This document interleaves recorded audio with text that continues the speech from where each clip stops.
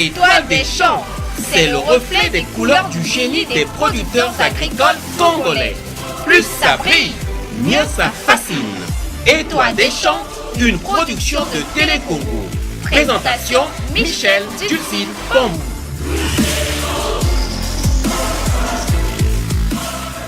Mesdames et messieurs, bonsoir à tous. Heureux nous sommes de vous retrouver une fois encore dans le cadre habituel de notre émission Étoile des champs, signe des temps, la planète des éleveurs et agriculteurs congolais. Dans la marche du pays vers la sécurité alimentaire en 2019, la volonté du gouvernement est de lutter de façon radicale contre la pauvreté du monde paysan. C'est à cette fin qu'à titre d'exemple, le gouvernement a mis au point le projet de développement de la pêche et l'aquaculture continentale qui permettra dans la zone nord du pays aux populations qui pratiquent la pisciculture de devenir riches, prospères et heureuses. De même, dans la zone sud du pays, naturellement dans le département de la Bouinza, il y a la création du centre de multiplication rapide et massive de la banane. C'est une question de permettre aux populations de la Bouinza, du Niari et de la Lekoumou de foisonner le marché de la banane de qualité. C'est ainsi que la production sera en abondance et les revenus élevés pour les producteurs de la banane. Voilà donc les deux sujets qui feront l'objet de la présente émission. Nos invités sont connus, ils se présentent à vous.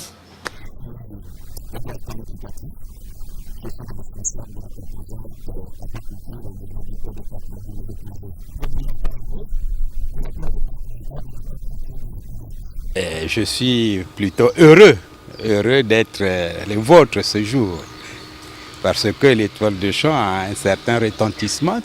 Beaucoup de gens l'écoutent avec beaucoup de passion.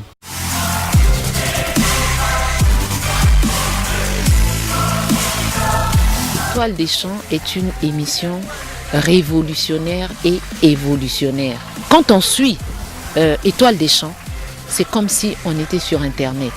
On a l'information de partout.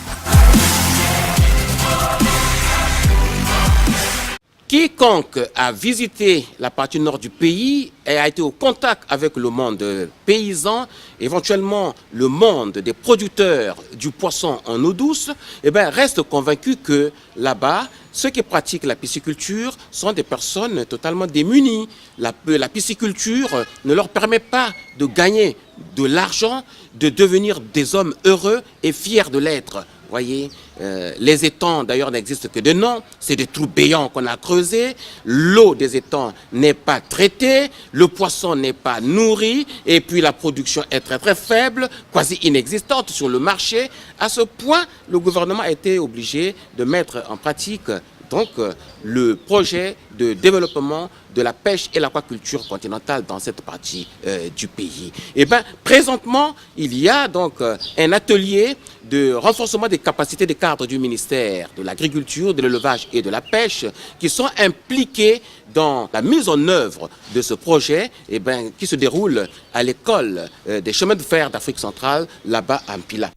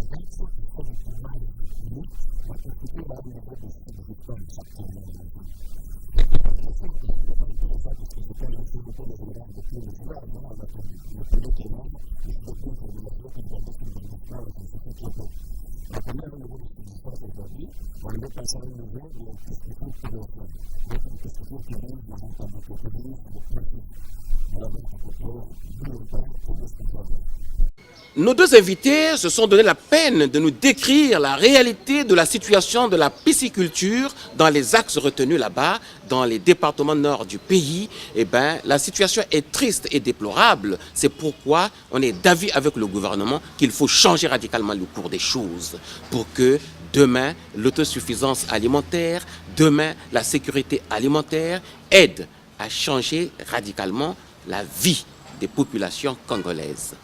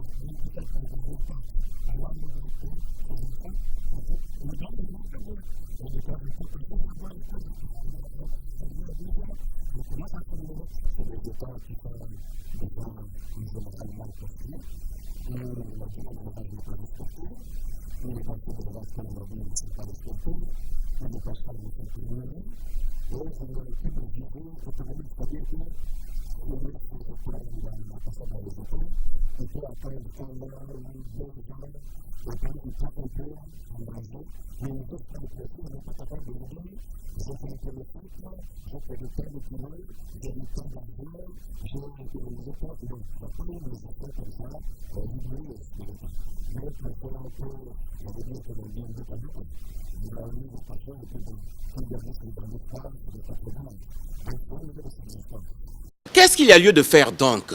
Eh bien, il faut favoriser le passage de la pisciculture de subsistance à une pisciculture commerciale qui permettra donc aux pêcheurs, aux pisciculteurs de gagner de l'argent parce qu'ils produiront en abondance, seront présents sur les marchés et l'argent dans les poches. Voilà ce qui doit aider à changer la vie. C'est cela l'objectif.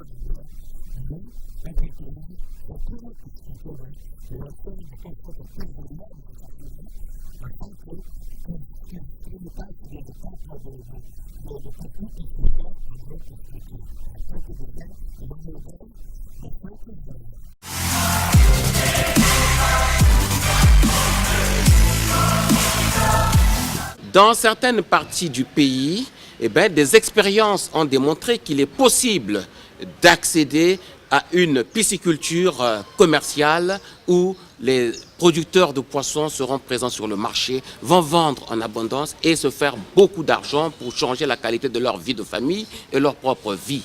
Voilà, les expériences l'ont démontré. Pour ne pas aller loin, regardons à la périphérie sud de Brazzaville, secteur Samba-Alphonse. Vous y retrouverez un privé national en la personne de William Massamba qui élève le poisson, qui donc fait de la pisciculture de qualité. Et ça, on peut dire que c'est l'objectif à atteindre partout ailleurs, que les exploitants piscicoles soient à l'image de la ferme piscicole de William Massamba. Regardez, suivez. Bonjour, je m'appelle William Massamba. En qualité de PDG de l'association Alpha 8, nous allons vous montrer comment nous produisons le poisson depuis l'état à levain jusque dans le panier de la ménagère. Merci, veuillez nous accompagner. Le site Alpha 8 s'étend sur 8 hectares, notamment la section A, la section B et la section C. Et en ce moment, nous nous trouvons dans la section A, qui a l'un des plus grands étangs de la place. Il est impossible de produire du poisson en quantité industrielle si on doit le trier dans les gros bacs. Alors nous avons construit 5 différents petits bassins qui nous permettent de faire des tris de poissons.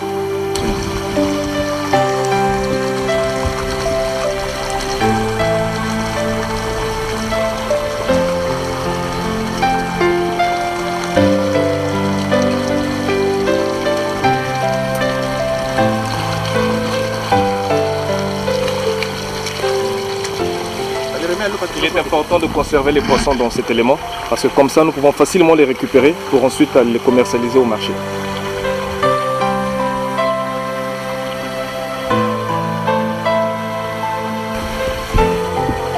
Ici nous sommes au bac de triage où le poisson est trié, ensuite déposé dans les bacs de conservation. Ce poisson qui est pris dans les grands étangs est déposé dans ce premier bac de triage. Il est trié ici et ensuite il peut être dispatché dans les différents petits bacs que nous avons aménagé. Comme ça, nous pouvons avoir les mâles ici, les femelles là, les plus petits là-bas, les moins gros de l'autre côté. Nous avons créé un système d'eau qui permet que le poisson puisse avoir de l'eau fraîche tout le temps. Il rentre, il sort. Et c'est l'opération qui est en train d'être faite en ce moment. Nous avons réussi à produire des alevins de clariage, chose qui est quasiment impossible, mais grâce à nos techniques, nous avons pu le faire. Nous sommes au secteur D, qui est composé à 60% de civils.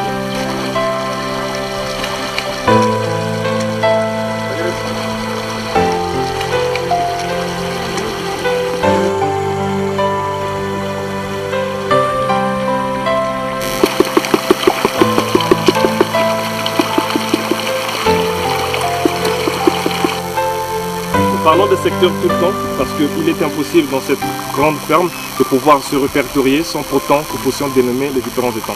Afin que cela permette aux travailleurs de se rendre en temps voulu et en heure exacte dans les différents secteurs, nous les avons dénommés. Là nous avons le B2, nous avons le B3, le B4, le B5, le B6 et le B7. Comme ça nous pouvons facilement envoyer les travailleurs aux lieux adéquats dans les temps voulus.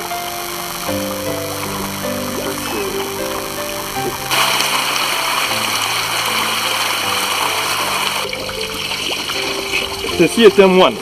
Dans le moine, nous avons fait construire 3 différents tamis. Donc ceci nous permet de pouvoir retenir les petits frétins afin qu'ils ne sortent pas.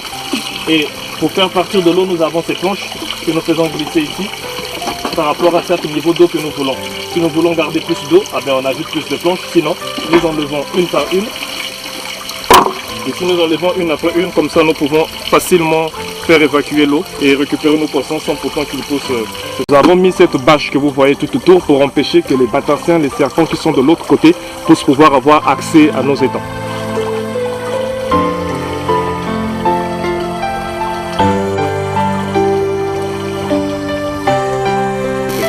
Ils sont en train de trier les poissons. Ils vont tirer le filet un peu plus en profondeur pour ramener les poissons en amont et ensuite pris et mis dans des bassines qui seront déposées dans les bacs de triage. Une autre expérience que nous ne pouvons passer sous silence, il s'agit de la ferme piscicole BPH Agricole située à la périphérie de Pointe-Noire dans le district de Inda, département du Kwilu. Et bien là-bas, c'est une ferme moderne aussi, une ferme qui permet déjà aux promoteurs de vendre son poisson et dans la ville de Pointe-Noire et en France. Il exporte donc du poisson d'eau douce. C'est une ferme extraordinaire. D'ailleurs, je vous donne l'opportunité de suivre le promoteur, vous présenter ce que c'est un étang de stockage du poisson. Qu'est-ce qu'il faut entendre par là? Quel est le rôle d'un tel étang? L'étang de stockage, c'est un étang où l'on met du poisson à maturité, déjà prêt à être livré à la vente. Donc on le stocke là pour une période bien déterminée. Il ne doit plus mettre du temps pour quitter la ferme. 2 jours. Sinon, si le client vous fait retarder, maximum, c'est 1 semaine. Ce n'est plus un étang d'élevage, c'est le stockage. Il est transitoire. Le poisson doit vite quitter cet étang pour remplacer d'autres stocks. Et à quel âge le poisson doit quitter cet étang? Mais déjà là, il est stocké à la taille de 500 grammes. C'est fini pour le tilapia. Chez nous, il a fini son stade de grossissement. Il doit être commercialisé. Dès cet après-midi, les ouvriers viendront pêcher pour la restauration à la ferme, pour la livraison aux clients de Pointe-Noire et même de Brazzaville. Et donc, pendant combien de temps le poisson a vécu dans cette ferme finalement? Pour arriver ici au stockage, 7 mois d'élevage, de grossissement. 7 mois. Et les 7 mois, ce n'est pas le hasard. C'est le fruit de la nourriture que vous donnez à votre poisson. Vous devez avoir la maîtrise de la teneur en matière nutritionnelle de votre aliment. Si vous n'avez pas cette maîtrise, vous ne saurez pas la durée de votre élevage.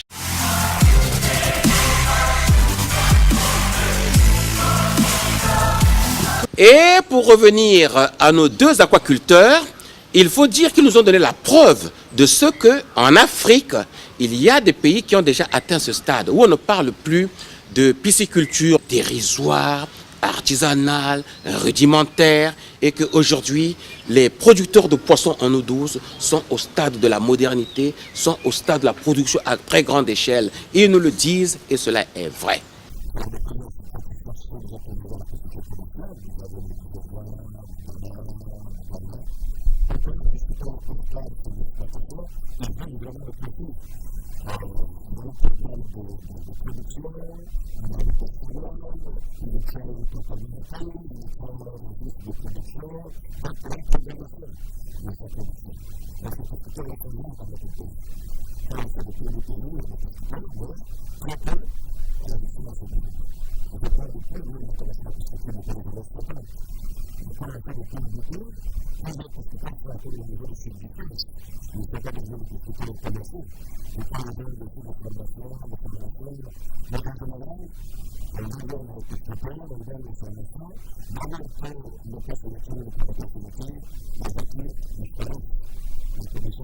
Pour assurer toujours la sécurité alimentaire, nous avons donc mis en place une union des pisciculteurs de Kibwende et des villages environnants pour unir nos efforts dans la production locale de poissons afin de lutter justement contre l'insécurité alimentaire.